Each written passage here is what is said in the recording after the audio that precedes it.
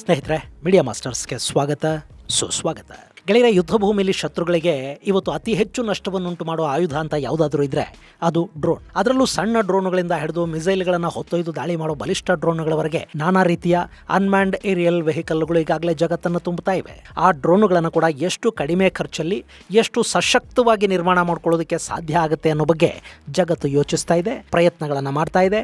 ಅದರಲ್ಲಿ ಭಾರತ ಕೂಡ ಹಿಂದೇನು ಬಿದ್ದಿಲ್ಲ. ನಮ್ಮಲ್ಲಿ ನಾಗಾಸ್ತ್ರದಂಥ ಅತ್ಯಂತ ಬಲಿಷ್ಠ ಅಟ್ಯಾಕಿಂಗ್ ಡ್ರೋನ್ಗಳಿವೆ. ಲಾಯ್ಟರಿಂಗ್ ಮ್ಯುನೇಷನ್ಗಳ ವಿಷಯದಲ್ಲಿ ಭಾರತ ಸಾಕಷ್ಟು ಮುಂದಿದೆ. ಅವುಗಳ ಜೊತೆಗೆ ಈಗ ಭಾರತದ ಬತ್ತಳಿಕೆಗೆ ಜೆಟ್ ಇಂಜಿನ್ ಅನ್ನು ಅಳವಡಿಸಿರುವ ಕಾಮಿಕಾಜಿ ಡ್ರೋನುಗಳ ಸೇರ್ಪಡೆ ಕೂಡ ಆಗಿದೆ. ಹಾಗಾದರೆ ಏನಿದು ಕಾಮಿಕಾಜಿ ಡ್ರೋನ್ಗೆ ಜೆಟ್ ಇಂಜನ್ನು? ಈ ಡ್ರೋನುಗಳ ಶಕ್ತಿ ಸಾಮರ್ಥ್ಯಗಳೇನು? ಅವುಗಳನ್ನು ನಿರ್ಮಿಸಿರುವುದು ಯಾರು ಅನ್ನೋದ್ರ ಬಗ್ಗೆ ಒಂದಷ್ಟು ಮಾಹಿತಿಯನ್ನು ನಾವಿಲ್ಲಿ ನೋಡೋಣ. ಗೆಳೆಯರೆ, ಯುದ್ಧಗಳ ಅಧ್ಯಾಯದಲ್ಲಿ ಇನ್ನು ತಾತ್ಕಾಲಿಕ ಕದನ ವಿರಾಮಗಳೇ ಹೊರತು ಪೂರ್ಣ ವಿರಾಮ ಅನ್ನೋ ಪದ ನಮ್ಮ ಕಿವಿಗೆ ಬೀಳೋದು ಕಷ್ಟ. ಹಾಗೆ ಯಾವಾಗ ಎಲ್ಲಿ ಯುದ್ಧಗಳು ಶುರುವಾಗತ್ವೆ, ಯಾವಾಗ ಕೊನೆಯಾಗತ್ವೆ ಅಂತ ಹೇಳೋದು ಕಷ್ಟ ಅನ್ನೋ ವಾತಾವರಣ ಇದೆ. ಈಗ ನೋಡಿ, ರಷ್ಯಾ ಯುಕ್ರೇನ್ ಯುದ್ಧ 4ನೇ ವರ್ಷವನ್ನು ದಾಟಿ 5ನೇ ವರ್ಷಕ್ಕೆ ಕಾಲಿಟ್ಟಿದೆ. ಇರಾನ್ ವಿರುದ್ಧ ನಡೀತಿರೋ ಸಂಘರ್ಷ ಮುಂದುವರಿತಲೇ ಇದೆ. ಇನ್ನು ಪಾಕಿಸ್ತಾನ ಮತ್ತು ಆಫ್ಘನಿಸ್ತಾನಗಳು ಪರಸ್ಪರ ಬಡಿದಾಡ್ಕೊಳ್ತಾ ಇವೆ. ಹಾಗೆ ಭಾರತದ ವಿರುದ್ಧ ಪಾಕ್ ಯಾವಾಗ ಕಿತಾಪತಿ ಮಾಡುತ್ತೋ, ಚೈನಾ ಯಾವಾಗ ಕಾಲು ಕೆರೆಯುತ್ತೋ, ಉತ್ತರ ಕೊರಿಯಾ ದಕ್ಷಿಣ ಕೊರಿಯಾ ಮೇಲೆ ಯಾವಾಗ ಬೀಳುತ್ತೋ ಹೇಳೋದಿಕ್ಕಾಗೋದಿಲ್ಲ. ಇಂಥ ಹೊತ್ತಲ್ಲಿ ನಮ್ಮ ನೆಲದ ರಕ್ಷಣೆಗಾಗಿ ಆಯುಧಗಳು ಬೇಕಾಗತ್ವೆ. ಅವುಗಳನ್ನು ನಿರ್ಮಿಸಿಕೊಳ್ಳುವ ಜವಾಬ್ದಾರಿ ಆಯಾ ದೇಶಗಳ ಮೇಲಿರುತ್ತೆ. ಅದರಲ್ಲೂ ಸುತ್ತ ಶತ್ರುಗಳನ್ನ, ನಯವಂಚಕರನ್ನು ಇಟ್ಟುಕೊಂಡಿರೋ ಭಾರತಕ್ಕೆ ಆಯುಧ ಶಕ್ತಿ ಅನ್ನೋದು ತುಂಬಾನೇ ಮುಖ್ಯವಾಗಿ ಬೇಕಾಗುತ್ತೆ. ಹೀಗಾಗಿ ಭಾರತ ಈಗ ಸಾಕಷ್ಟು ರೀತಿಯ ಆಯುಧಗಳನ್ನ ತನ್ನಲ್ಲೇ ನಿರ್ಮಾಣ ಮಾಡಿಕೊಳ್ತಾ ಹೋಗ್ತಾ ಇದೆ. ಅದರ ಭಾಗವಾಗಿ ನಿರ್ಮಾಣ ಆಗ್ತಾ ಇರೋದೇ ಈ ಜೆಟ್ ಇಂಜಿನ್ ಪವರ್ಡ್ ಕಾಮಿಕಾಜಿ ಡ್ರೋನ್. ಭಾರತದ ರಕ್ಷಣಾ ಕ್ಷೇತ್ರದಲ್ಲಿ ಮಹತ್ತರ ಬದಲಾವಣೆಗಳಾಗ್ತಾ ಇವೆ. ಅದರಲ್ಲೂ ರಕ್ಷಣಾ ವಲಯದಲ್ಲಿ ಖಾಸಗಿ ಕಂಪನಿಗಳ ಆಗಮನದಿಂದ ಆಯುಧಗಳ ನಿರ್ಮಾಣದಲ್ಲಿ ಭಾರತ ಬಹುದೊಡ್ಡ ಸಾಧನೆಯನ್ನ ಮಾಡ್ತಾ ಇದೆ. ಇಂಥದ್ದೇ ಒಂದು ಸಾಧನೆಯನ್ನ SMPP ಅನ್ನೋ ಪ್ರೈವೇಟ್ ಲಿಮಿಟೆಡ್ ಕಂಪನಿಯೊಂದು ಮಾಡಿ ತೋರಿಸಿದೆ. ಅವರು ಭಾರತೀಯ ಸೇನೆಗೆ ಬೇಕಾದ 106 ಸ್ವದೇಶಿ ಜೆಟ್ ಇಂಜಿನ್ ಚಾಲಿತ ಕಾಮಿಕಾಜಿ ಡ್ರೋನ್ಗಳನ್ನು ನಿರ್ಮಾಣ ಮಾಡಿಕೊಟ್ಟಿದ್ದಾರೆ. ಇವುಗಳಲ್ಲಿ 100 ಕಾಮಿಕಾಜಿ ಡ್ರೋನ್ಗಳಿದ್ರೆ 6 ತರಬೇತಿ ಡ್ರೋನ್ಗಳಿವೆ. ಈ ಮೂಲಕ ಭಾರತದ ರಕ್ಷಣಾ ಉತ್ಪಾದನೆಯ ಸಾಮರ್ಥ್ಯ ಹೆಚ್ಚಾಗ್ತಾ ಇರೋದು ಸ್ಪಷ್ಟವಾಗಿ ಗೊತ್ತಾಗ್ತಾ ಇದೆ. ಇನ್ನು ಈಗ ಸಿದ್ಧ ಆಗಿರೋ ಡ್ರೋನ್ಗೆ ಪೀಸ್ ಕೀಪರ್ ಅಥವಾ ಅಗ್ನಿವೇಗ ಅನ್ನೋ ಹೆಸರನ್ನ ಕೊಡಲಾಗಿದೆ. ಇಲ್ಲಿ ಒಂದು ದೇಶದ ಶಾಂತಿಯನ್ನ ಕಾಪಾಡೋದೇ ಆಯುಧಗಳು. ಯಾವ ದೇಶದಲ್ಲಿ ಮಿಲಿಟರಿ ವೀಕ್ ಇರುತ್ತೋ, ಯಾವ ದೇಶದ ಆಯುಧಗಳು ಬಲಹೀನವಾಗಿರುತ್ತೋ ಆ ದೇಶದ ಮೇಲೆ ಶತ್ರುಗಳು ಮುಗಿಬೀಳ್ತಲೇ ಇರ್ತಾರೆ. ಆದರೆ ಯಾವಾಗ ಒಂದು ದೇಶ ಸದೃಢವಾಗಿ ನಿಲ್ಲುತ್ತೋ ಅಲ್ಲಿ ಶತ್ರುಗಳು ಕೂಡ ಬಾಲ ಮುದುರುಕೊಂಡು ಕೂರಬೇಕಾಗಿ ಬರುತ್ತೆ. ಸೊ ನಮ್ಮ ಬಳಿ ಇರುವ ಆಯುಧಗಳು ಶತ್ರುಗಳ ಚಳಿ ಬಿಡಿಸುತ್ತವೆ. ಹಾಗೆ ಯಾವ ದೇಶ ಆಯುಧ ಶಕ್ತಿಯಲ್ಲಿ ಬಲಿಷ್ಠವಾಗಿದೆಯೋ, ಯಾರು ಸ್ವದೇಶಿ ಆಯುಧಗಳನ್ನು ನಿರ್ಮಾಣ ಮಾಡ್ಕೊಂಡು ಅವುಗಳನ್ನು ಬೇರೆಯವರಿಗೆ ಕೂಡ ಮಾರಾಟ ಮಾಡೋ ಶಕ್ತಿ ಸಾಮರ್ಥ್ಯಗಳನ್ನು ಹೊಂದಿದಾರೋ ಅಂಥ ದೇಶಗಳನ್ನ ಜಗತ್ತು ಗೌರವದಿಂದ ಅಲ್ಲದೇ ಇದ್ರೂ ಸ್ವಲ್ಪ ಮಟ್ಟಿಗೆ ಭಯ ಇಟ್ಕೊಂಡು ನೋಡುತ್ತೆ. ಆ ನಿಟ್ಟಲ್ಲಿ ಭಾರತ ಕೂಡ ಈಗ ದೊಡ್ಡ ಮಟ್ಟದ ಪ್ರಯತ್ನಗಳನ್ನು ಮಾಡ್ತಾ ಇದೆ ಮತ್ತು ಆಯುಧಗಳಿಂದಲೇ ಶಾಂತಿ ಸ್ಥಾಪನೆ ಆಗತ್ತೆ ಅನ್ನೋ ಉದ್ದೇಶ ಇಟ್ಕೊಂಡೆ ಈ ಡ್ರೋನ್ಗೆ ಪೀಸ್ ಕೀಪರ್ ಅನ್ನೋ ಹೆಸರನ್ನ ಕೊಟ್ಟಿದ್ದಾರೆ. ಹಾಗೆ ಜೆಟ್ ಇಂಜಿನ್ ಅನ್ನು ಅಳವಡಿಸಲಾದ ಈ ಡ್ರೋನ್ಗಳ ವೇಗ ಕೂಡ ಅಗಾಧವಾಗಿರುತ್ತೆ. ಹೀಗಾಗಿ ಇದನ್ನ ಅಗ್ನಿವೇಗ ಅಂತ ಕೂಡ ಕರೀತಾ ಇದ್ದಾರೆ. ಇನ್ನು ಇದು ಲಾಯ್ಟರಿಂಗ್ ಮ್ಯುನೇಷನ್ ಕಾಮಿಕಾಜಿ ಅಥವಾ ಸುಯಿಸೈಡ್ ಡ್ರೋನ್ ಅಂತ ಗುರುತಿಸಿಕೊಳ್ತಾ ಇದೆ. ಇದು ತಾನು ತಲುಪಬೇಕಾದ ಗುರಿಯನ್ನು ತಲುಪಿ ಅಲ್ಲಿ ಸಾಕಷ್ಟು ಸಮಯ ಹಾರಾಡಿ ಗುರಿಯನ್ನ ನಿಖರವಾಗಿ ಗುರುತಿಸಿದ ನಂತರ ಅಲ್ಲಿ ಹೋಗಿ ಬಿದ್ದು ಸ್ಫೋಟಗೊಳ್ಳುತ್ತೆ. ಸಾಮಾನ್ಯವಾಗಿ ಅಟ್ಯಾಕಿಂಗ್ ಡ್ರೋನ್ಗಳಿಗೂ ಲಾಯ್ಟರಿಂಗ್ ಮ್ಯುನೇಷನ್ಗೂ ಒಂದು ಸ್ವಲ್ಪ ವ್ಯತ್ಯಾಸ ಇದೆ. ಈ ಲಾಯ್ಟರಿಂಗ್ ಮ್ಯುನೇಷನ್ ಅನ್ನೋದು ನಿಗದಿತ ಜಾಗವನ್ನ ತಲುಪುತ್ತೆ. ಅಲ್ಲಿ ಅವು ಆಕಾಶದಲ್ಲಿ ಸಾಕಷ್ಟು ಹಾರಾಟ ಮಾಡುತ್ತವೆ. ಕೆಮರಾ ಮತ್ತು ಸೆನ್ಸಾರ್ಗಳ ಮೂಲಕ ತಮ್ಮ ಗುರಿ ಎಲ್ಲಿದೆ ಅನ್ನೋದನ್ನ ನಿಖರವಾಗಿ ಪತ್ತೆ ಹಚ್ಚಿ ಆ ನಂತರ ಗುರಿಯನ್ನ ನಾಶ ಮಾಡೋ ನಿಟ್ಟಲ್ಲಿ ಇದು ಅವುಗಳ ಮೇಲೆ ಬಿದ್ದು ಸ್ಫೋಟಗೊಳ್ಳುತ್ತೆ. ಹೀಗೆ ಹಾರಾಡ್ತಾ ಇರುತ್ತವೆ ಅನ್ನೋ ಕಾರಣಕ್ಕೇನೆ ಇವುಗಳನ್ನ ಲಾಯ್ಟರಿಂಗ್ ಮ್ಯುನೇಷನ್ಸ್ ಅಂತ ಕರೀತಾರೆ. ಇನ್ನು ಈ ಡ್ರೋನ್ನ ವಿಶೇಷಗಳನ್ನು ನಾವು ಗಮನಿಸೋದಾದ್ರೆ ಇದರಲ್ಲಿ ಜೆಟ್ ಇಂಜಿನ್ ಅನ್ನು ಬಳಸಿಕೊಳ್ಳಲಾಗಿದೆ. ಹೀಗಾಗಿ ಇದು ಸಾಮಾನ್ಯ ಪ್ರೊಪೆಲ್ಲರ್ ಡ್ರೋನ್ಗಳಿಗಿಂತ ಹೆಚ್ಚು ವೇಗವಾಗಿ ಗುರಿ ಕಡೆ ಮುನ್ನುಗ್ಗುತ್ತೆ. ಹಾಗೆ ಇವುಗಳ ವೇಗದ ಕಾರಣದಿಂದ ಶತ್ರುಗಳ ರೆಡಾರ್ ಕಣ್ ತಪ್ಪಿಸೋ ಕೆಲಸವನ್ನು ಕೂಡ ಇವು ಮಾಡುತ್ತವೆ. ಹಾಗೇನೆ ಇವು ಶತ್ರುಗಳ ನೆಲದಲ್ಲಿನ ಬಂಕರ್ಗಳು, ರೆಡಾರ್ ವ್ಯವಸ್ಥೆಗಳು, ಕಮಾಂಡ್ ಪೋಸ್ಟ್ಗಳು, ಸೇನಾ ವಾಹನಗಳು, ಸೇನಾ ನೆಲೆಗಳನ್ನ, ಏರ್ ಡಿಫೆನ್ಸ್ಗಳನ್ನ ಗುರಿಯಾಗಿಸಿಕೊಂಡು ದಾಳಿ ಮಾಡೋದರಲ್ಲಿ ಅತ್ಯಂತ ಪರಿಣಾಮಕಾರಿ ಎನ್ನಿಸ್ಕೊಳ್ತವೆ. ಗೆಳೆಯರೆ, ನಿಮಗೆ ನೆನಪಿರಬೇಕು, ಆಪರೇಷನ್ ಸಿಂಧೂರ್ ಸಮಯದಲ್ಲಿ ಲಾಹೋರ್ನಲ್ಲಿದ್ದ ಚೈನಾ ಭಿಕ್ಷೆಯ ರೂಪದಲ್ಲಿ ಕೊಟ್ಟಿದ್ದ ಪಾಕಿಸ್ತಾನದ ಟ್ರಕ್ ಮೌಂಟೆಡ್ ರೆಡಾರ್ ಸಿಸ್ಟಮ್ ಒಂದರ ಮೇಲೆ ಡ್ರೋನ್ ಒಂದು ಇದ್ದಕ್ಕಿದ್ದ ಹಾಗೆ ದಾಳಿ ಮಾಡುತ್ತೆ. ಅಷ್ಟೇ, ಆ ರೆಡಾರ್ ಅಲ್ಲಿ ಸಂಪೂರ್ಣವಾಗಿ ನಾಶ ಆಯಿತು. ಈ ದಾಳಿಗಾಗಿ ಡ್ರೋನ್ ಗಂಟೆಗಟ್ಟಲೆ ಆಗಸದಲ್ಲಿ ಯಾರ ಕಣ್ಣಿಗೂ ಬೀಳದಂತೆ ಸುತ್ತಾಡ್ತಾ ಇತ್ತು.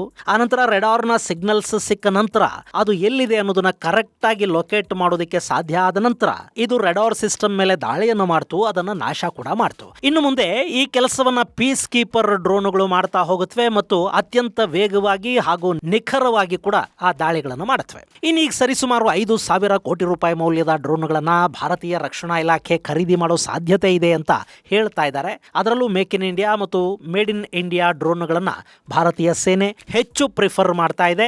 ಹೀಗಾಗಿ ಭಾರತೀಯ ಸೇನೆಗೆ ಇನ್ನು ಮುಂದೆ ಹೆಚ್ಚಿನ ಸಂಖ್ಯೆಯಲ್ಲಿ ಡ್ರೋನ್ಗಳ ಸೇರ್ಪಡೆ ಕೂಡ ಆಗ್ತಾ ಹೋಗುತ್ತೆ.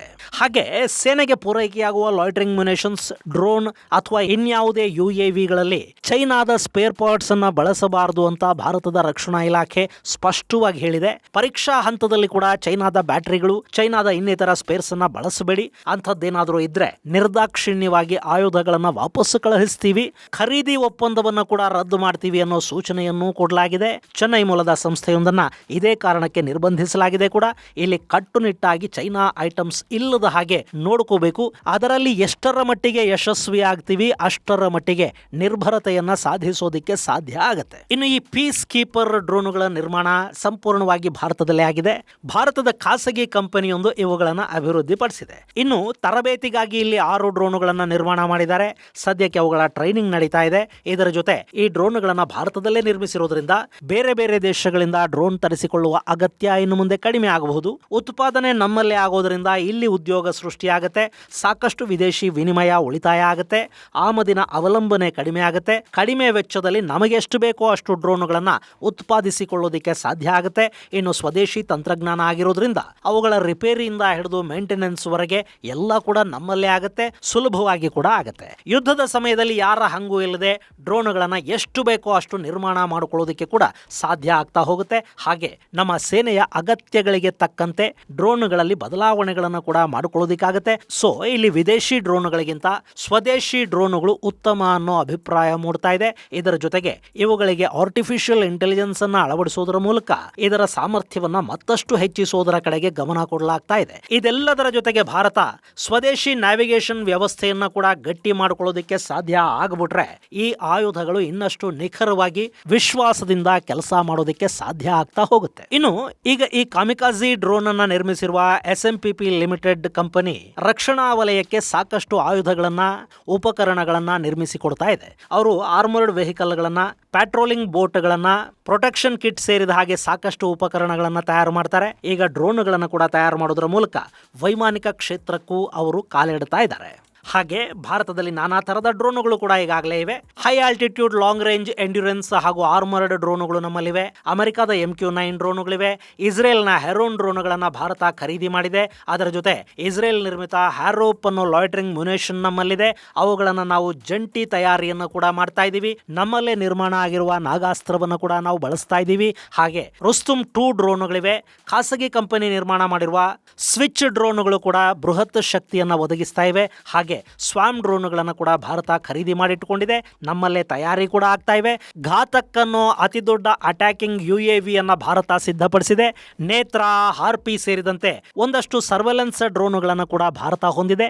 ಈ ಡ್ರೋನ್ಗಳ ಮೂಲಕ ಆಧುನಿಕ ಯುದ್ಧ ತಂತ್ರಗಳನ್ನ ಮತ್ತಷ್ಟು ಅದ್ಭುತವಾಗಿ ರೂಪಿಸುವ ಲೆಕ್ಕಾಚಾರ ಭಾರತದ್ದು. ಈಗ ಸಿದ್ಧ ಆಗಿರೋ 106 ಕಾಮಿಕಾಜಿ ಡ್ರೋನ್ಗಳು ಕೂಡ ದೊಡ್ಡ ಮಟ್ಟದ ಪರಿಣಾಮವನ್ನ ಇನ್ನು ಮುಂದೆ ಬೀರ್ತಾ ಹೋಗುತ್ತವೆ. ಹೀಗಾಗಿ ಭಾರತ ಆಧುನಿಕ ಯುದ್ಧ ತಂತ್ರಗಳಿಗೆ ಅಗತ್ಯವಿರುವ ಎಲ್ಲ ರೀತಿಯ ಆಯುಧಗಳನ್ನು ತನ್ನ ಬತ್ತಳಿಕೆಗೆ ಸೇರ್ಪಡೆ ಮಾಡಿಕೊಳ್ತಾ ಹೋಗ್ತಾ ಇದೆ. ನಮ್ಮಲ್ಲಿ ಅದ್ಭುತವಾದ ಮಿಸೈಲ್ ಶಕ್ತಿ ಇದೆ.